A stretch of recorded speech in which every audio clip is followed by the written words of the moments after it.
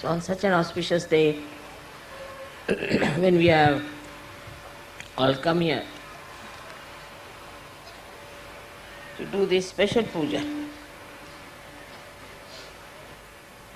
I would say this should be called as a Mahalakshmi Puja because it's something to do with the industry of this country and of the whole world.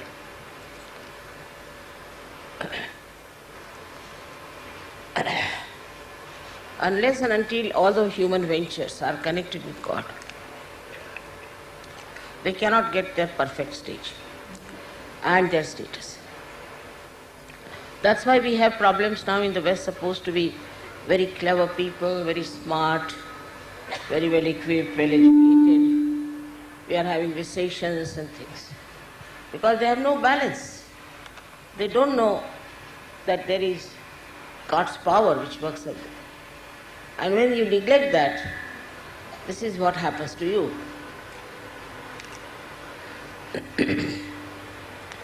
Now for any venture that we do of this kind, first of all, we have to use a lot of material from the Mother Earth. But if it is taken for a proper purpose, for constructive things, and for helping others, with a balance, the Mother Earth can think. She can produce more and more all this she has produced before.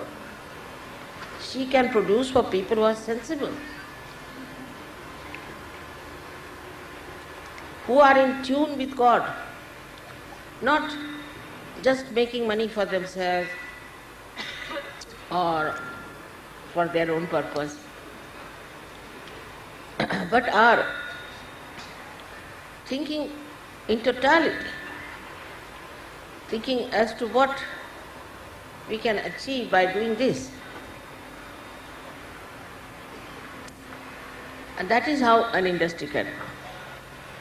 Now see, in Japan, so much industry has grown, but no spirituality. They are not at all happy people. The children are suffering, families are suffering. Money cannot get the total well-being of a human being. So a balance has to be drawn. Especially in our country, thank God, we didn't have such a fast industrialization. And that's why we are saved of lots of problems that the Western people are suffering, about which the Indians are not aware. They think you are all living in a very comfortable life there. Industry has to go hand in hand with the handicrafts. And industrialists have to also look after the artists. Because otherwise, who will look after them? How will they bring forth the balance between the art and the industry?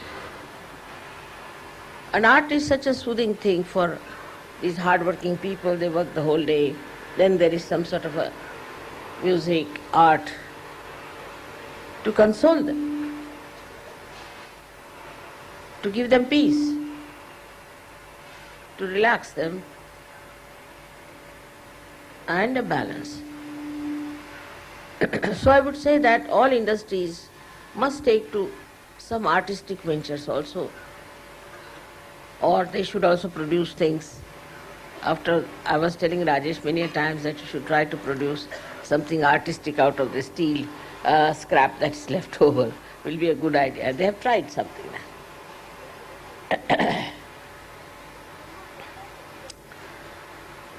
But industry should not be looked down upon as it is looked down upon in our country. I mean, as if industrialists are the greatest thieves and all the politicians are saints in this country. It's the other way around, I think. It should be treated with respect and should be understood. That's very important.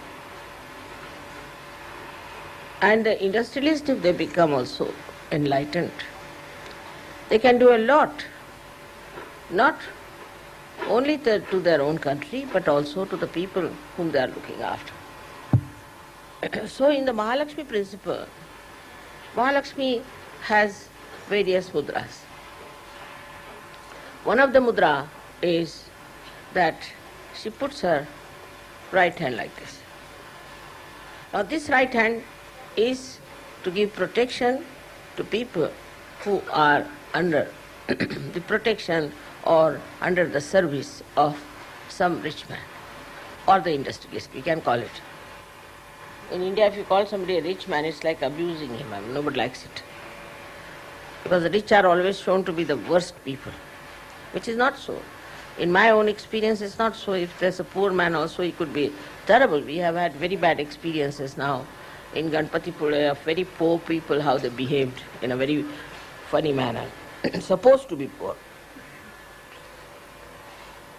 So it should be a proper balance. It should be brought to a proper balance between the understanding of the poor and the rich and the rich and the poor. After some time you will find that people will not consider poverty or riches as so important. But the richness of the spirit will become very important. That is what is going to be the Sahaj nations, where the richness of the heart, the spirituality, oneness with the divine will become the greatest boon for everyone.